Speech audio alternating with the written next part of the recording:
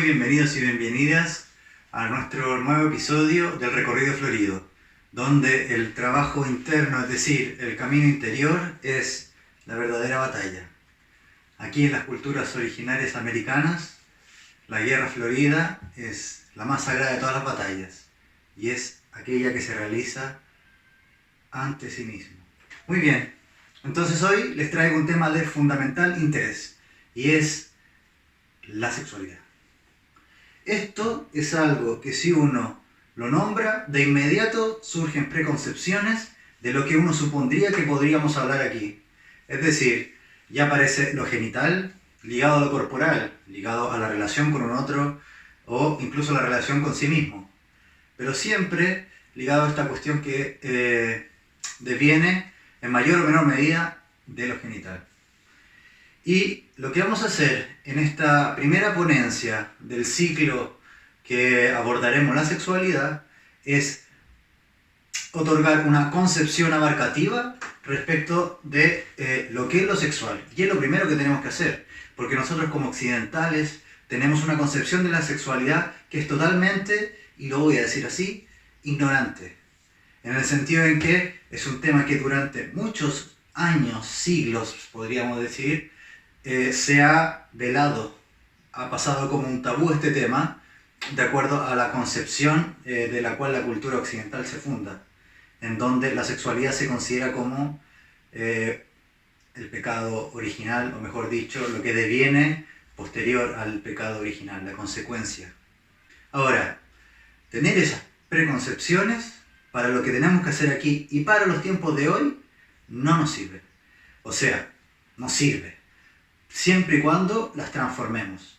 Para eso, tenemos que primero que todo, y es lo que me comprometo a que vamos a abordar aquí a lo largo de todas estas, digamos, spots pequeños en tiempo y enormes en contenido, respecto de, y en profundidad, respecto de que tenemos que aprender nosotros a utilizar conscientemente la energía sexual. Pero ¿cómo podríamos hacer eso si no sabemos lo que es?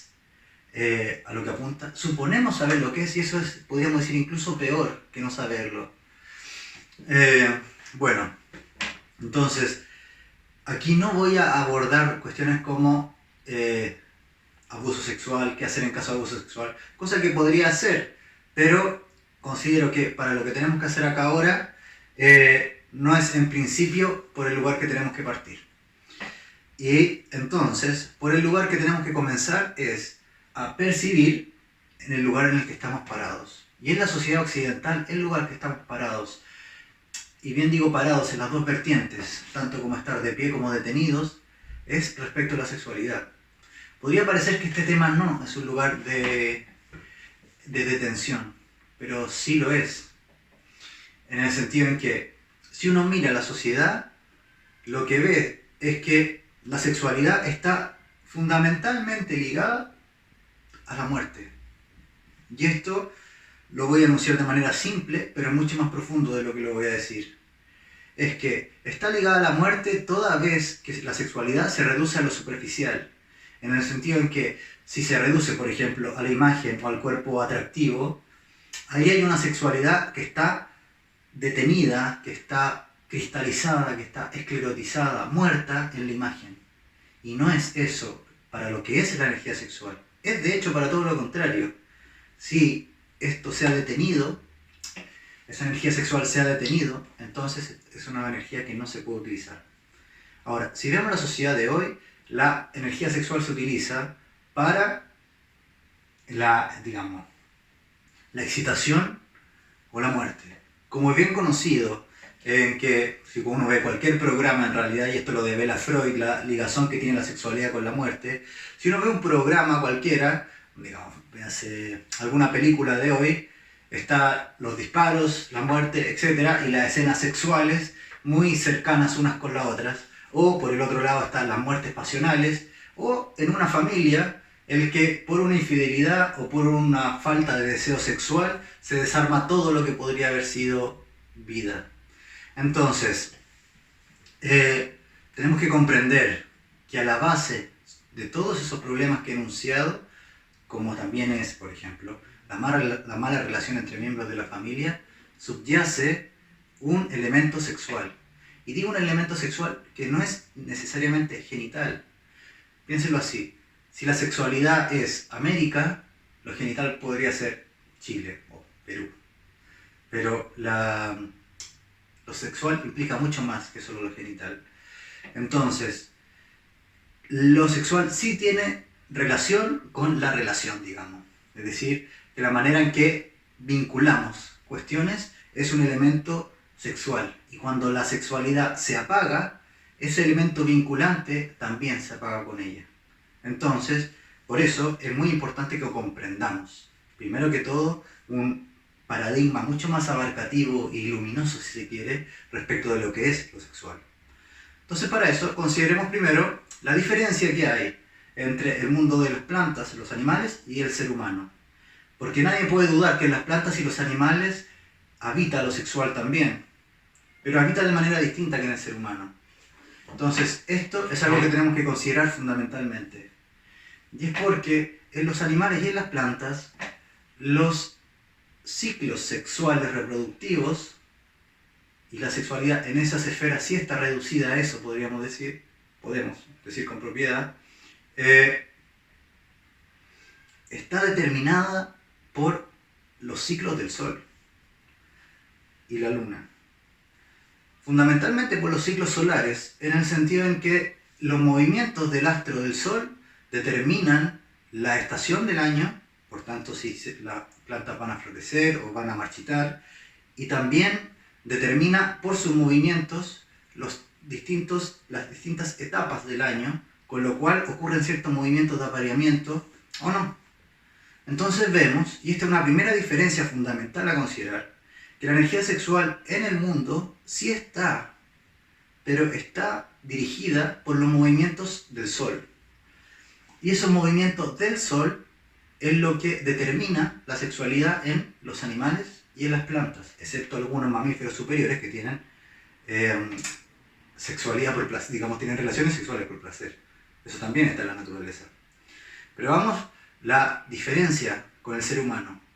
Porque vemos que si bien el ciclo reproductivo puede estar dirigido por la luna, por ejemplo, también puede no estarlo. Aunque cumpla los ciclos de 28 días, puede no estar sincronizado con los movimientos lunares. Entonces, en el ser humano, la energía sexual se emancipa de los movimientos universales, o los movimientos cósmicos, de lo que ocurre en la periferia. Entonces, la energía sexual en el ser humano, a diferencia del animal y la planta, es algo que fluye desde el interior del individuo humano, no desde la humanidad, como ocurre con el animal, que la energía sexual en el animal fluye desde la especie, no desde cada uno de los animales. En el humano, en cambio, fluye individualmente. Digamos, uno podría ver un cuerpo excitante y para uno lo es y para el otro no. Entonces, en el ser humano hay una individualización, podríamos decir, respecto de lo que es lo sexual. Hasta aquí, ¿les parece interesante? Pero tenemos que continuar, porque con esta particularidad es una de las cuestiones que hay que reconocer, que la sexualidad entonces, para el ser humano, es una responsabilidad de sí mismo despertarla. A diferencia de los animales, que esa sexualidad es despertada por un astro externo, un astro luminoso, bellísimo, que infunde de vida o que despierta lo que está dormido. Asimismo, en el ser humano, esa energía sexual tiene que también ser despertada. Ahora, ¿en qué momento? Si nosotros percibimos, por ejemplo, a un neonato, vemos que el neonato, si uno le pasa una manzana y una cuchilla, va a agarrar los dos por igual. No es que venga con algo predeterminado intelectualmente o del conocimiento del mundo material. Quizás viene predeterminado con otras cosas, eso no lo voy a negar. La cuestión es que cuando el bebé nace, a este mundo en particular, se le tienen que enseñar los elementos de este mundo en particular. Entonces, cuando llega acá, si a un niño nadie lo desea, y aunque tuviese todos los cuidados físicos, el calor, la comida, etc., Aún así, como Stitt lo demostró en sus investigaciones durante la Segunda Guerra Mundial, entonces el niño, aunque tenga toda esa base terrenal, podríamos decir, pero no tiene ese deseo de alguien más, que es los ojos y la vida completa para otra persona, que alguien quiere que esté aquí, ese niño o niña muere. Es lo que, si bien recuerdo, enunció como la depresión anaclítica. Bien, entonces, el ser humano tiene potencialidades que deben ser despertadas, y lo que es característico del humano es que tiene que ser despertada por alguien más. Porque al animal pareciera que sabe lo que tiene que realizar en el mundo, o la manera en que realizar, buscar alimento, pararse, etc. Pero al ser humano eso se le tiene que enseñar.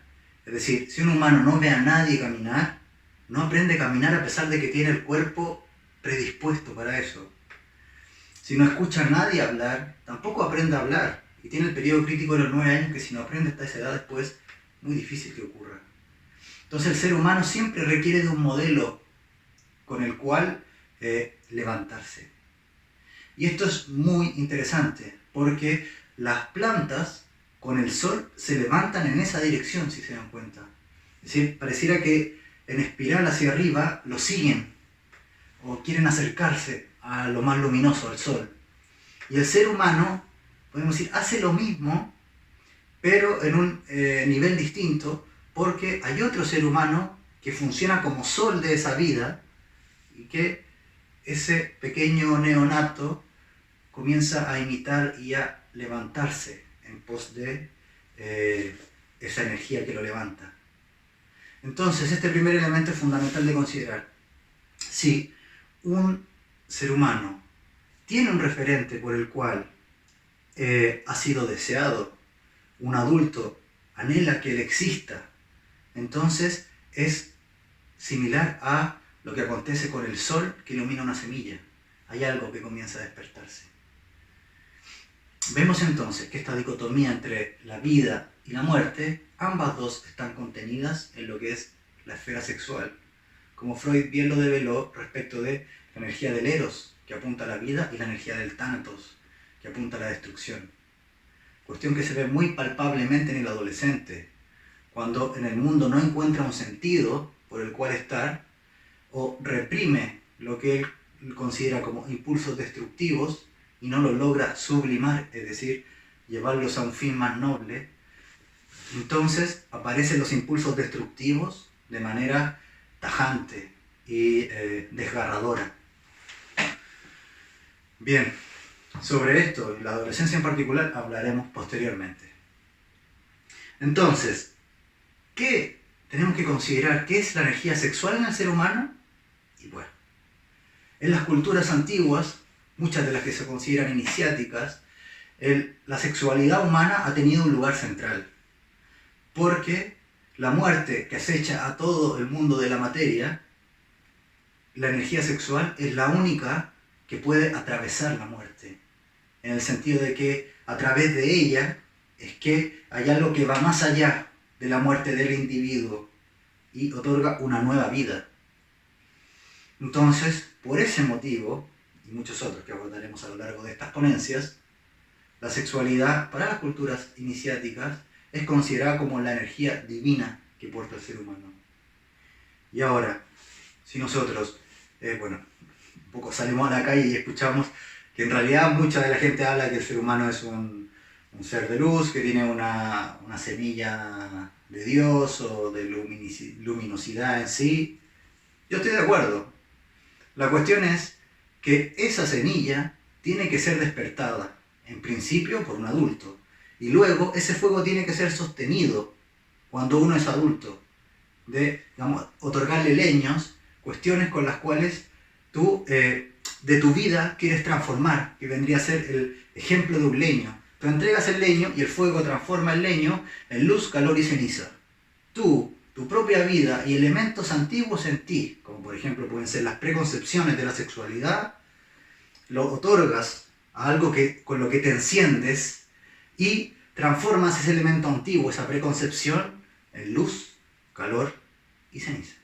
un primer lugar donde podemos asentarnos, como una primera conclusión, es que el ser humano requiere de otro ser humano que le funcione como sol en su vida. Y ese otro ser humano va a determinar la dirección en la cual se dirige, hacia dónde se va a levantar ese humano, de la manera similar a como la planta, a qué lugar se va a dirigir para encontrarse con el sol. Entonces, un adulto tiene la fundamental tarea de transformarse para ser más digno a aquellos que, digamos, le iluminamos el universo, sean hijos, sean compañeros, etc. Esta es la primera conclusión, que la diferencia con el animal es que el animal tiene la sexualidad dirigida por la periferia, pero el ser humano tiene que tomar una decisión consciente para dirigir esa sexualidad. Y para eso primero tiene que detectar qué de mí tengo que transformar, ¿sí? O sea, cada uno de nosotros tenemos que detectar qué de mí me corresponde transformar, qué elemento antiguo en mí vive aún, qué maneras de los ancestros, digamos, yo sigo repitiendo. Es decir, hay que detectar primero cuál es el elemento muerto que habita en nosotros, eso que ha permanecido inmutable a lo largo del tiempo, que podríamos considerar que esa es una de las características de la muerte, es que es estable. Entonces, pasamos a una segunda conclusión y concluimos esta hermosa ponencia. Y es que, a diferencia del animal, el ser humano requiere ser educado. El animal, como bien dijimos, pareciera que sabe lo que tiene que hacer en el mundo, y el ser humano tiene que ser educado. Entonces, esa educación va a depender efectivamente de ser alguien más. Y la pregunta para ese alguien más, y con lo que iniciaremos la segunda ponencia, es: ¿qué de mí está educando? Es decir, todos los elementos que yo porto, considero que son beneficiosos para entregárselo como modelo a alguien más, efectivamente todo de mí brilla. Podría decir, la gran mayoría, en realidad, si es que no todos, dejemos espacio de casi, voy a decir, no, en realidad nosotros también fuimos criados por alguien, vivimos en una sociedad que va en una dirección que en realidad la gran mayoría no estamos de acuerdo en la dirección que va, y esas cuestiones, querámoslo o no, nos educan, o nos educaron. Y ahora, mayores de 21 años, nos corresponde autoeducarnos. Y para eso tenemos que tomar conciencia de nosotros en qué cuestión, qué elemento tenemos que transformar. Nos vemos la próxima semana en un nuevo episodio del Recorrido Florido, donde el camino interior es aquello que hace florecer el recorrido.